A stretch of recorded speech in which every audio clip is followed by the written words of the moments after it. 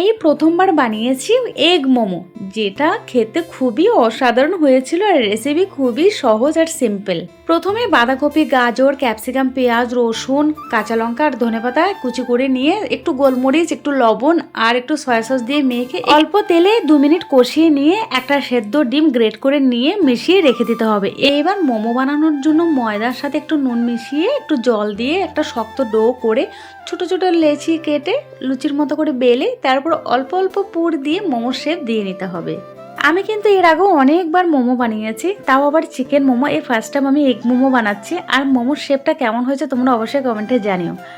মোটামুটি হয়, যেহেতু আমি এর আগেও অনেকবার বানিয়েছি। আর এদিকে অপর্ণা বলছে, মা চলো আমিও তোমাকে সাহায্য করি। আর ও দেখো কেমন মোমো বানিয়েছে। আমি যখন ওকে জিজ্ঞেস করলাম এটা আবার কেমন ডিজাইন, বলছে এটা নতুন ডিজাইন, আমি নতুনত্ব ট্রাই করলাম। আমাদের মোমো স্টিম করা হয়ে গেছে, এবার খাওয়ার পালা। আর হ্যাঁ, তোমাদের কেমন লেগেছে অবশ্যই কমেন্টে জানিও। খেতে কিন্তু সত্যি কথা বলতে অসাধারণ হয়েছিল।